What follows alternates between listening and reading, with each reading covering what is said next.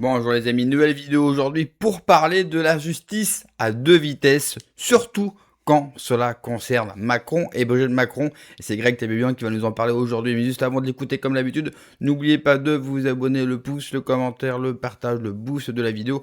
En ce moment c'est difficile, l'algorithme nous censure, donc les vues baissent, donc je compte sur vous, sur tous ces petits gestes. Et puis n'hésitez pas à me rejoindre sur mon groupe Telegram. Vous avez le lien en description sous la vidéo.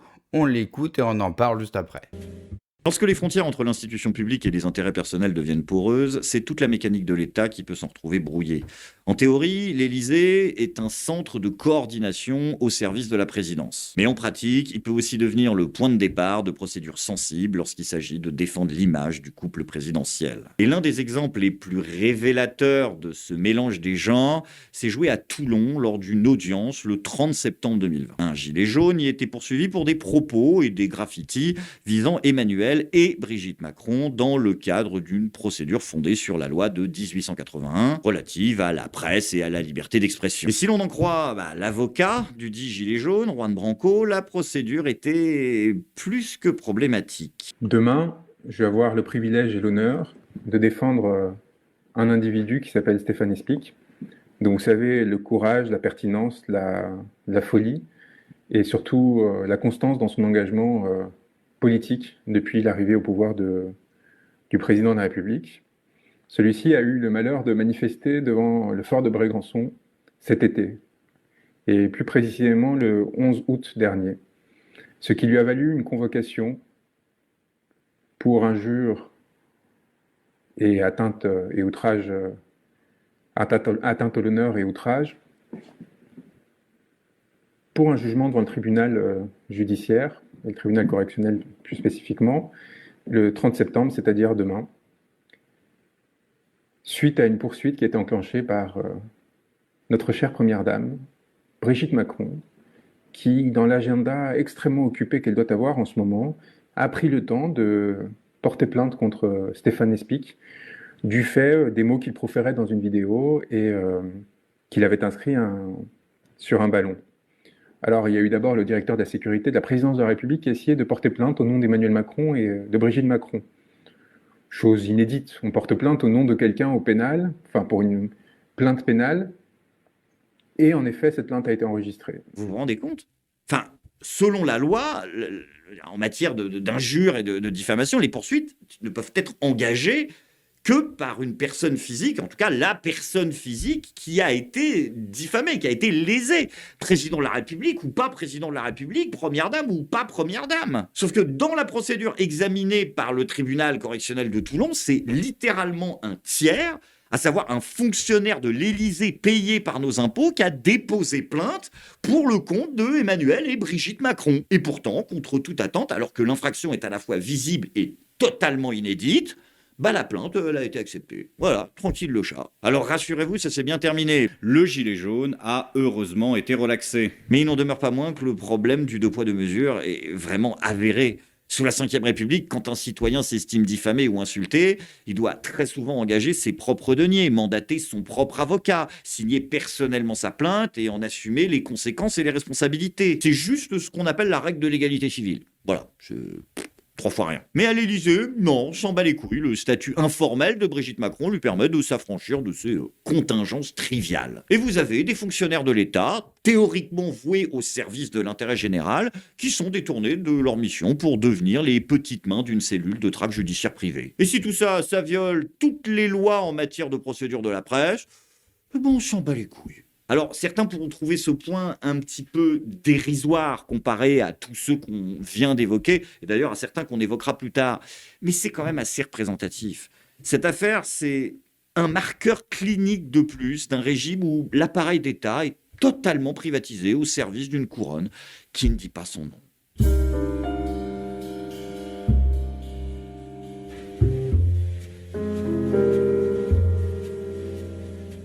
Et puisqu'on en est à parler justice, on va continuer. Vous le savez, depuis des années, l'épouse du président est la cible d'un certain nombre de rumeurs transphobes prétendant qu'elle serait née homme sous le nom de Jean-Michel Trogneux. Et vous le savez aussi, Brigitte Macron a engagé des poursuites pour diffamation à l'encontre de plusieurs personnes ayant propagé cette rumeur, dont les assez médiatiques Zoé Sagan et Natacha Ray. Sauf qu'il va y avoir un petit souci. Si en juillet 2025, dans certains des dossiers, la Cour d'appel va estimer que la qualification de diffamation ne tient pas. Oh merde!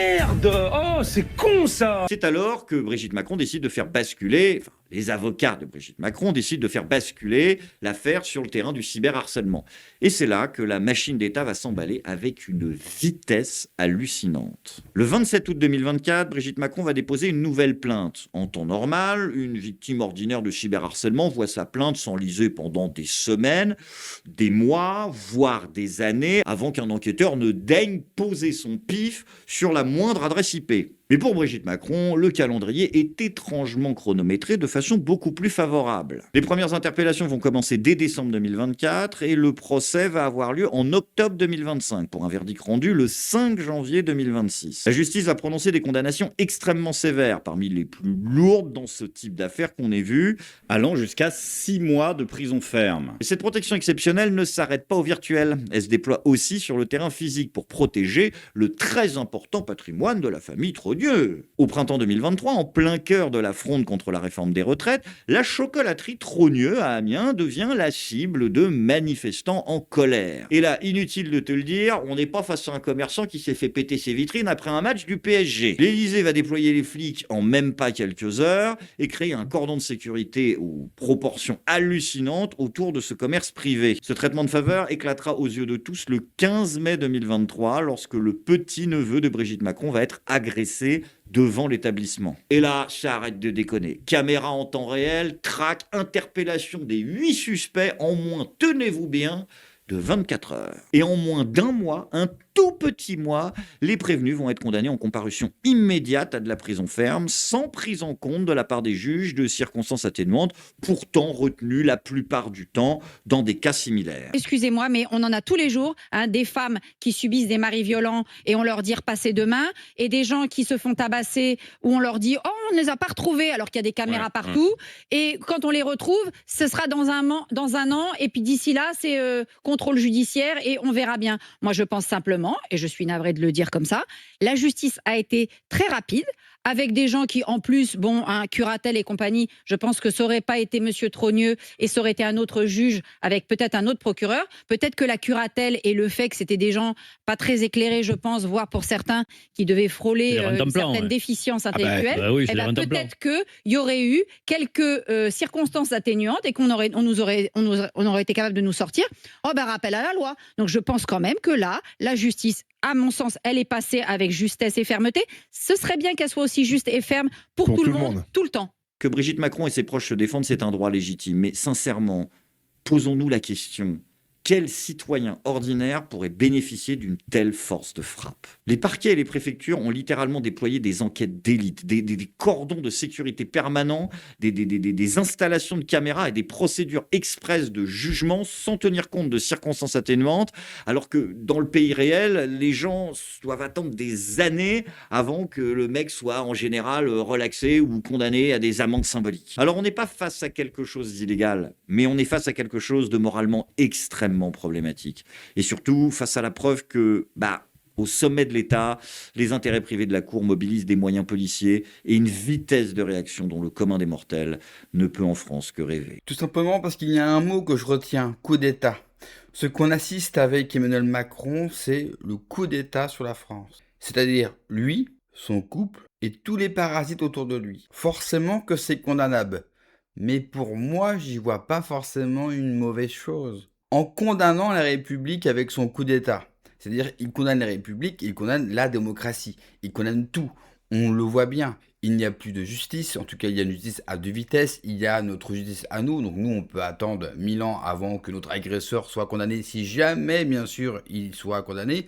Vous avez la justice quand il s'agit de Brigitte Macron par rapport à des tweets ou à des posts Facebook, là, branle-bas de combat, et vous avez un procès qui est extrêmement rapide. Donc à tous les niveaux, plus rien, en tout cas, le modèle républicain tel qu'il a été vendu aux gens, démocratie, justice, égalité, patati patata, vous connaissez les fameuses valeurs de la République, même si vous ne les avez jamais vues, vous les connaissez. D'ailleurs, si quelqu'un les a déjà vues, qu'il n'hésite pas en commentaire à me dire où, j'irai les voir prochainement. En fait, ce qui est bien avec Macron, c'est que Macron, lui, il joue pas double jeu. Il essaye pas d'être un bon président, d'aimer son pays, d'aimer son peuple. Non, avec Macron, c'est carte sur table. Au moins, lui, on peut lui reconnaître au moins une chose, un point positif. Il ne nous ment pas. Il ne ment pas, Macron, sur son projet. Regardez, il lui reste 1 an et pourtant, il a nommé tous ses amis un petit peu partout. Et qu'est-ce qu'on a appris aujourd'hui au moment où je tourne la vidéo? La rumeur comme quoi Xavier Niel, autre ami du couple Macron, le milliardaire qui détient notamment Free, lui réserve un poste sur mesure où il contrôlerait tous les médias que contrôle et que possède surtout Xavier Niel. En fait, cette réalité brutale doit rappeler aux gens que la démocratie, que la République, cela ne fonctionne pas. Et à vrai dire, ne peut pas fonctionner. Pourquoi? Parce que vous aurez toujours des oligarques, donc des gens plus riches que vous, plus puissants que vous, plus influents que vous, pour prendre le contrôle de tous les strates de votre pays. La presse, justice, politique. Et avec le temps, ils verrouillent tout. Et aujourd'hui, avec Macron, c'est l'apothéose de cela. L'oligarchie française a pris le contrôle, a fait un coup d'État sur la France. Et pour repartir de zéro, il faudra bien sûr abandonner ce modèle. Merci d'avoir regardé la vidéo les amis. N'oubliez pas comme d'habitude de vous abonner, le pouce, le commentaire, le partage, le boost de la vidéo. Prenez soin de vous, que Dieu vous protège. Allez, ciao.